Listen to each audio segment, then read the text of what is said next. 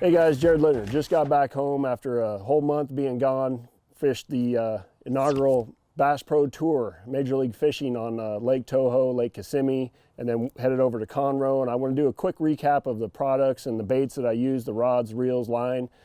But you know, I get a lot of questions like, how was the experience? And I'm telling you right now, I've watched Major League Fishing on TV, and they've always said, it's so intense, and you hear all that, and I'm thinking, yeah, it probably, you know, I think they're playing it up a little bit. It's not, man. It's the most intense thing I've ever been involved with. At the end of the days, on my fishing days, I'm mentally, physically, emotionally exhausted, and it's super exciting. I mean, it's a totally different format.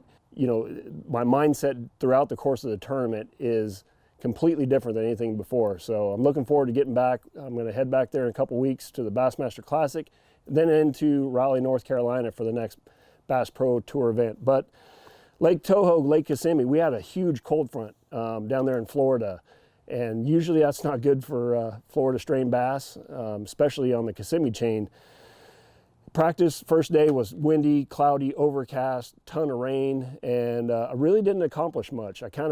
I'm familiar with the lake, so I just kind of went with some areas I knew. I had a few bites, you know, flipping, had a few on a swim jig, had a few on a swim bait, things like that. But I really didn't feel comfortable about it. I went down to Lake Kissimmee, and that's where I ended up fishing all 3 days of the first rounds. And what I was doing was pretty simple. I was throwing a TN70 right here, these two colors. This here is HL Gold, and this here is a Spawn Tiger. And what I did was, I got in this big bay, and there was tons of lily pads in there. And what I noticed right away, I think I was throwing a spinnerbait right at first, or a swim jig, and I snagged some hydrilla. I'm like, okay. Well, I kept on with the spinnerbait, and I'm like, something's not right. And everywhere I looked, everybody's doing the same thing. They're swim jigging, they're, you know, throwing a swim bait, they're doing all the typical Florida stuff. And so I had a TN70 tied on the rod locker. I whip it out there right by a pad, and I catch one, like a 2.5 pounder, like my second throw with it. And I'm like, okay. So I bent my hooks over, ended up having quite a few bites, and really I kind of fine-tuned it throughout those next 3 days. I did end up catching some on this color right here, which makes me mad. This was at my house. I only had 2 of them in the boat. On the way down to where I was fishing, I stopped on some riprap near a bridge, and I caught some on the Jackall bling. But my main deal, I flipped a couple, I think 1 or 2. My main deal was pitching and flipping and making short little flips and pitches through the pads, finding little lanes, little holes. Like there'd be a big area with pads, and there'd be one hole in it. And I'd flip that deal back in through there, let it hit the bottom, and rip it up out of the hydrilla, and they would get it. The main things, though, besides the bait, which I feel was huge importance because of that tungsten lip and the way it would fall and then let me rip it back out of that grass, was the key to trigger those bites. But what I was doing, I kind of figured out a combination for these treble hooks. Trokar trebles, I was putting a number 4 EWG on the front, and a number 4 round bend on the back, 2X round bend, Trokar. And a lot of them, because they'd slap at it, and I'd have them in the pads, on the back side of the pads, and have to kind of finagle them out of there. It was kind of tough to keep them on, but I lost very, very few. I think those hooks, and the other key was 16-pound Crank FC by Sunline. You know, this line right here, it has a little more stretch than standard 100% fluorocarbon, but also it has the impact also. It has the strength and the abrasive resistance. So that was my main thing with the trap. 14-pound Crank FC with the bling, the Jackall bling. And then now let's talk about the reel. I was throwing the Shimano Metanium HG. You know, pretty much on all my crankbait setups nowadays, that's what I go with. Extremely smooth. It allows me to place that trap anywhere I want to.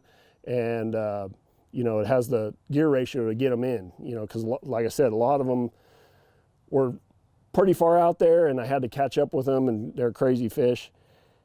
Now the rods.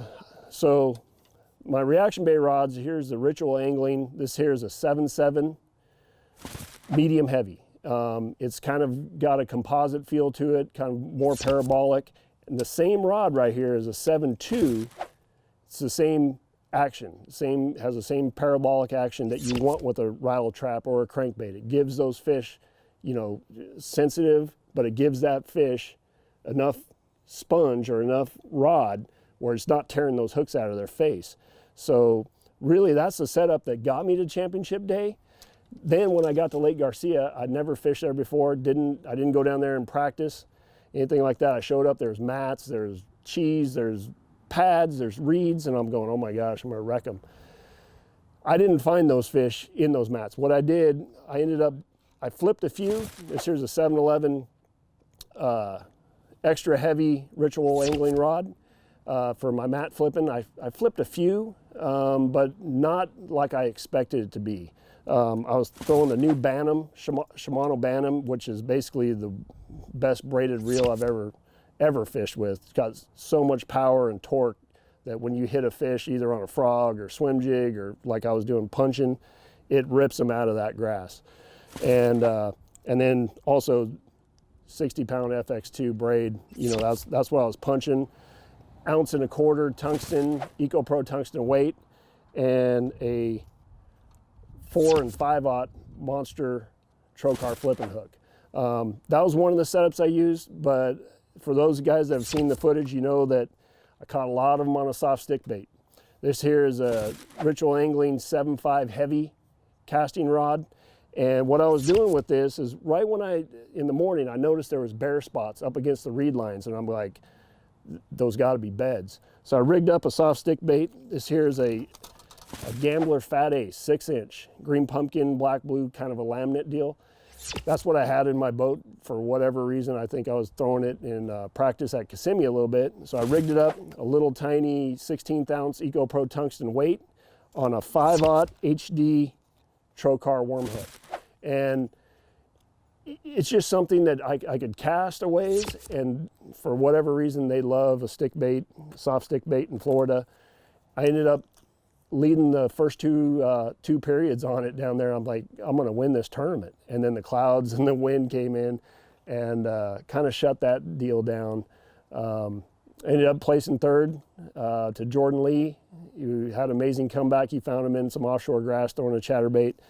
But overall, man, it was a great tournament, great way to kick off the year. You know, oh, I forgot to mention the line. What I feel is really important when you're doing that technique where you're throwing that soft stick bait out there and you're searching, I always throw 18-pound shooter by Sunline. And the reason I do that is because it's got the castability, but also it's got the power when, you know, several of those fish, like I caught a 5-pounder, it was next to a reed head and I actually hung him in there for a minute and I still got him in. So if it was a lake I knew better, I probably would have went to 16-pound shooter, but I was throwing 18, didn't have a problem. But that's the recap of the first one of the Bass Pro Tour event down at Lake Toho, Lake Kissimmee, and Lake Garcia. So make sure and check out all the products at tacklewarehouse.com.